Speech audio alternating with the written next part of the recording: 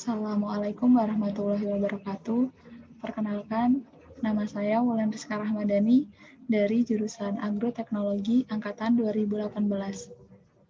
Saya akan menyampaikan proposal yang saya susun dengan judul Produksi Semangka, Citrullus vulgaris Card, akibat pemberian berbagai dosis pupuk NPK dan pupuk organik.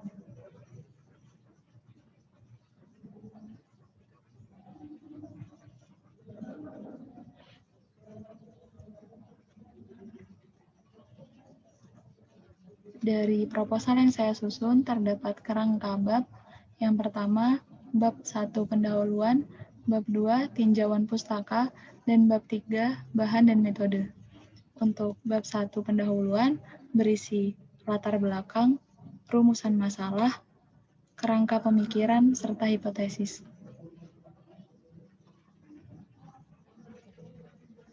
Latar belakang masalah. Di Indonesia sendiri, khususnya di Lampung, semangka banyak digemari oleh masyarakat karena kandungan semangka diantaranya adalah vitamin A dan C serta kalium. Selain itu juga, semangka memiliki kandungan air yang melimpah. Oleh karena itu, kebutuhan semangka di Indonesia diharapkan dapat meningkat. Sehingga perlu adanya penelitian ini mengenai dosis takaran pupuk kimia dan pupuk organik untuk menunjang peningkatan hasil produksi buah semangka. Selanjutnya, rumusan masalah dan tujuan. Dari latar belakang di atas, saya menarik rumusan masalah. Yang pertama, berapakah dosis pupuk NPK yang pengaruhnya paling baik pada pertumbuhan tanaman semangka? Yang kedua, apakah pemberian dosis pupuk kandang berpengaruh pada pertumbuhan tanaman semangka? Dan yang ketiga, berapakah perbedaan hasil produksi semangka dengan pemberian dosis pupuk NPK dengan pemberian dosis pupuk kandang? Yang selanjutnya, tujuan. Tujuan dari penelitian yang saya laksanakan, yang pertama, mengetahui pengaruh dosis pupuk NPK yang paling baik pada pertumbuhan tanaman semangka. Yang kedua, mengetahui pengaruh pemberian dosis pupuk kandang pada pertumbuhan tanam semangka. Dan yang terakhir, mengetahui perbedaan hasil produksi semangka dengan pemberian dosis pupuk NPK dan pemberian dosis pupuk kandang. Selanjutnya di sini ada kerangka pemikiran. Yang pertama, tanah ultisol. Di Lampung sendiri, tanah ultisol didominasi dengan tanah ultisol, di mana tanah ultisol tersebut merupakan tanah yang kurang subur dikarenakan pH-nya yang cukup rendah, yaitu berkisar kurang dari 4,5. Sehingga tanah tersebut merupakan tanah yang sangat masam. Selain itu juga, di tanah ultisol, kandungan Al-nya cukup tinggi, sehingga KTK dari tanah tersebut kurang dari 16 semol per kilo liat. Hal ini kemudian menyebabkan kandungan unsur hara pada tanah ultisol itu sangat rendah, terutama untuk unsur hara makro di tanah ultisol sangat kekurangan untuk unsur hara makro tersebut. Salah satunya unsur hara yang sangat sulit ditingkatkan di tanah ultisol yaitu kandungan P, K, Ca, dan Mg. Dari permasalahan kandungan unsur hara, di sini ada solusi yaitu pemberian pupuk kimia dan pupuk organik. Pupuk kimia yang digunakan yaitu pupuk NPK Mutiara karena dari permasalahan di atas bahwasanya tanah ultisol kekurangan unsur hara makro diantaranya P dan K sehingga diberikan pupuk NPK Mutiara tersebut dapat memenuhi unsur hara yang dibutuhkan di tanah ultisol. Selanjutnya pupuk organik. Pupuk organik yang digunakan dalam penelitian ini yaitu kotoran sapi. Pupuk organik di sini akan memperbaiki struktur tanah yang utamanya pada unsur hara yang dapat memperbaiki struktur tanah tersebut. Di tanah ultisol tadi disebutkan bahwasanya tanah tersebut adalah tanah masam. Dengan adanya penambahan pupuk organik akan meningkatkan pH tanah tersebut.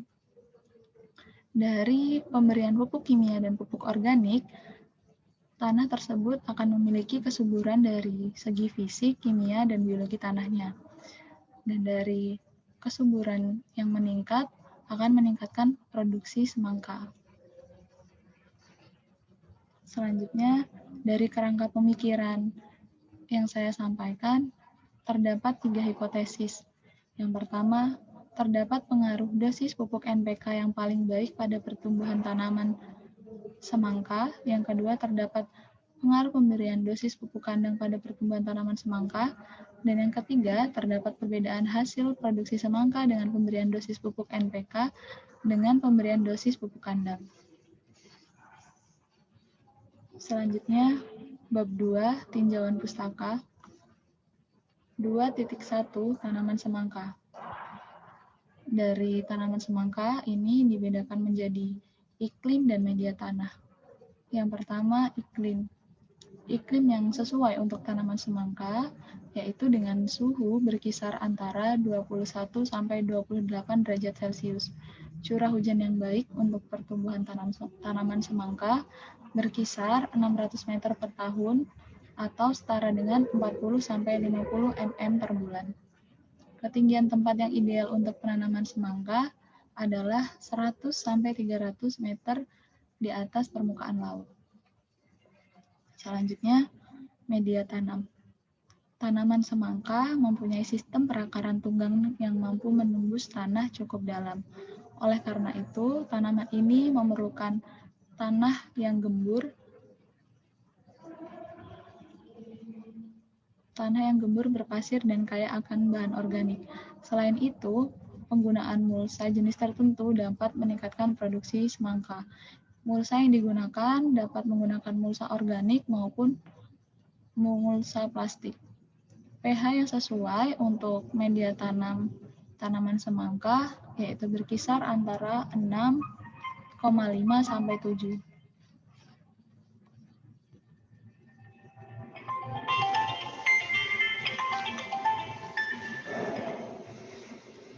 Selanjutnya, pemupukan. Pemupukan merupakan salah satu usaha pengelolaan kesuburan tanah. Ketersediaan hara yang optimum akan mempengaruhi pertumbuhan tanaman sehingga hasil panen akan meningkat. Oleh karena itu, diperlukan pemupukan baik organik maupun anorganik. Yang pertama, pupuk NPK. Pupuk NPK menyediakan unsur hara makro, terutama N, P, dan K. Sesuai dari kerangka pemikiran yang saya sampaikan bahwasannya tanah ultisol itu tanah yang kekurangan unsur hara makro. Takaran pupuk NPK untuk tanaman semangka adalah 400 kg per hektar yang dibagi dalam 7 minggu. Jadi 400 kg per hektar tersebut dibagi lagi dalam setiap minggunya selama 7 minggu. Yang selanjutnya pupuk kandang. Pupuk kandang dapat memperbaiki struktur tanah dan juga dapat meningkatkan pH tanah. Pupuk kandang yang digunakan yaitu pupuk kandang sapi yang memiliki takaran untuk tanah tersebut yaitu 20 ton per hektar. Selanjutnya, bab 3, bahan dan metode. 3.1, waktu dan tempat. Penelitian ini dilaksanakan pada bulan September sampai dengan bulan Desember 2021. Pelaksanaan penelitian ini yaitu di Laboratorium Lapang Terpadu Fakultas Pertanian Universitas Lampung. 3.2, bahan dan alat. Bahan-bahan yang digunakan pada penelitian ini adalah benih tanaman semangka Golden Red, pupuk kandang sapi, pupuk NPK Mutiara, dengan perbandingan 16:16:16 dan air. Alat yang digunakan antara lain cangkul, ember, karung, parang, penggaris, meteran, gunting, tali rafia, kayu patok, label, paku payung, selang air, sendok, tank sprayer, pisau, alat tulis, buku tulis, dan kamera. 3.3, metodologi penelitian. Metode penelitian yang digunakan adalah rancangan acak faktorial 3x3 dengan 2 faktor. Faktor pertama, aplikasi pupuk NPK Mutiara dengan kode seperti N0, N1, dan N2. Faktor yang kedua yaitu aplikasi pupuk kandang sapi dengan S0, S1, dan S2 seperti yang tertera di PPT saya. Kemudian di sini gambar tata letak petak percobaan yang saya buat.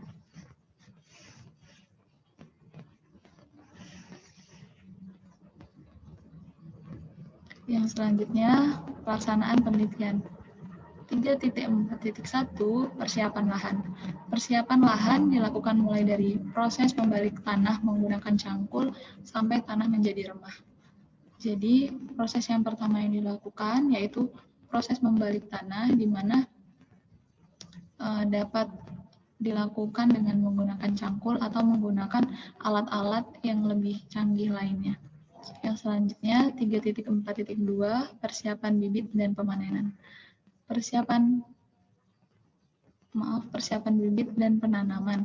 Persiapan bibit dimulai dari persiapan bahan tanam. Bahan tanam yang digunakan adalah benih semangka inul varietas Golden Red. 3.4.3 Pengaplikasian dosis pupuk NPK Mutiara. Aplikasi pupuk NPK dilakukan seminggu sekali selama 7 minggu dengan dosis rekomendasi 400 kg per hektar sehingga didapat 66,7 gram per tanaman dengan populasi 6.000 tanaman per hektar. Selanjutnya, pengaplikasian dosis pupuk kandang. Pupuk kandang digunakan adalah pupuk kandang sapi. Rekomendasi penggunaan pupuk kandang sapi adalah 20 ton per hektar, sehingga didapat dosis per petak adalah 5 kg. Kemudian dikonversikan menjadi 10 gram per tanaman setiap seminggu sekali. Selanjutnya, pemeliharaan. Pemeliharaan tanaman yang dilakukan diantaranya yaitu penyiraman, penyiangan gulma, pemupukan, serta pengendalian hama dan penyakit. Penyiraman dilakukan dengan selang yang sudah dipasang. Jadi dipasang selang drip di bawah mulsa, dan itu merupakan selang tetes untuk penyiraman tanaman tersebut. Selanjutnya, variabel pengamatan. Pengukuran tanaman. Pengukuran panjang tanaman. Pengukuran panjang tanaman dilakukan pada cabang primer. Pengukurannya dimulai dari pangkal batang sampai titik tumbuh. Alat yang digunakan yaitu meteran kain dengan satuan cm.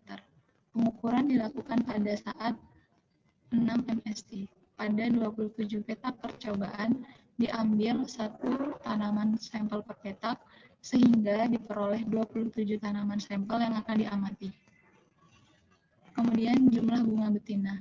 Pengamatan dilakukan pada 4 mst dan 6 mst dengan cara menghitung banyaknya bunga betina yang muncul tiap tanaman.